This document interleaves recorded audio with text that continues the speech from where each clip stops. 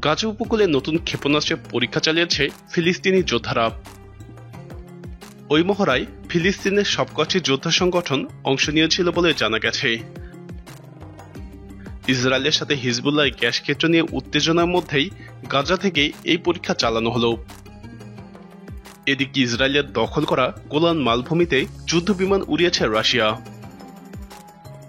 ফিলিস্তিনি সূত্র ইনার খবরে বলা হয়েছে, ফিলিস্তিনের গাজার যোদ্ধারা তাদের সামরিক এবং ক্ষেপণাস্ত্র শক্তি বাড়ানোর জন্য নতুন ক্ষেপণাস্ত্র পরীক্ষা চালিয়েছে।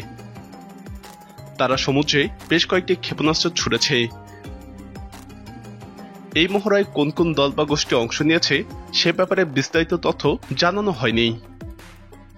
প্রকাশ্যে এরকম মহড়া চালানো খুবই বিরল ঘটনা।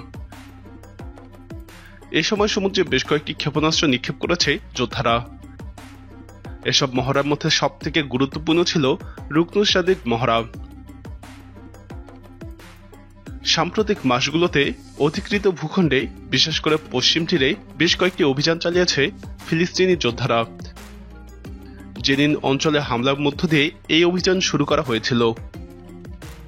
ইহুদিবাদী ইসরায়েলও জেনিনে তাদের হামলা বাড়িয়ে দিয়েছিল। এদিকে গ্যাস ফিল্ড নিয়ে মুখোমুখি হিজবুল্লাহ এবং ইসরায়েল।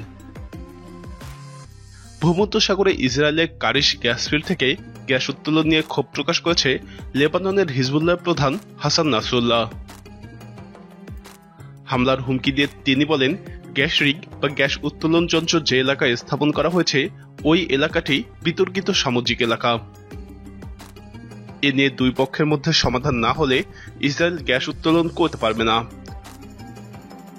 হাসান নাসরুল্লাহ এক টেলিভিশন ভাষণে এই ঘটনায় ইসরায়েলের নিন্দা করেছেন।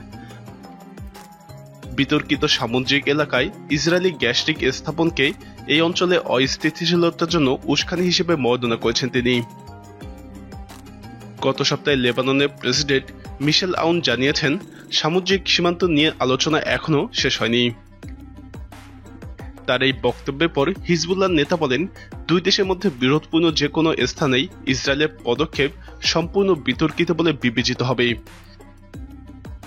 এরপরও ইসরায়েল যদি কোনো পদক্ষেপ নেয় তাহলে তা হবে উস্কানি এবং শত্রুতামূলক কাজ।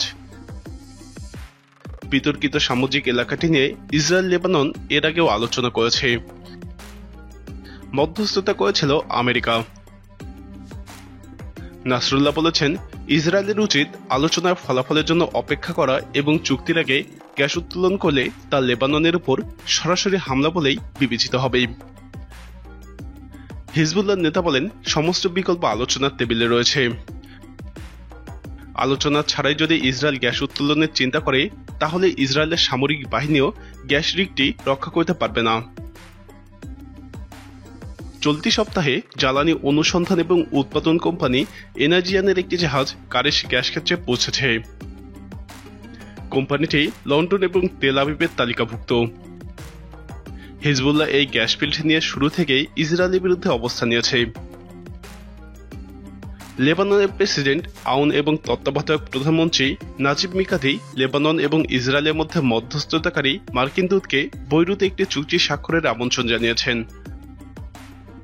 মার্কিন স্টেট ডিপার্টমেন্টের জ্বালানি নিরাপত্তা বিষয়ক সিনিয়র উপদেষ্টা আমোস হোসেনস্টেইন আগামী কয়েকদিনের মধ্যেই বৈরুতে আসবেন বলে আশা করা হচ্ছে। এদিকে ইসরায়েলের গুরুত্বপূর্ণ দুই শহর তেল আবিব এবং হাইফাকে মাটির সঙ্গে মিশিয়ে দেওয়ার হুমকি দিয়েছে ইরানের এক জেনারেল। ইরানের স্থলবাহিনীর কমান্ডার কিওমাস হেইদারি এই হুঁশিয়ারি দিয়েছেন। ইরানি সেনাবাহিনীর স্থল ইউনিটের এই কমান্ডার বলেন, ইহুদিবাদীরা মুসলমানদের যেসব ভূখণ্ড দখলে রেখেছে আগামী 25 বছরের মধ্যেই সেগুলো মুসলমানদের হাতে ফিরে আসবে।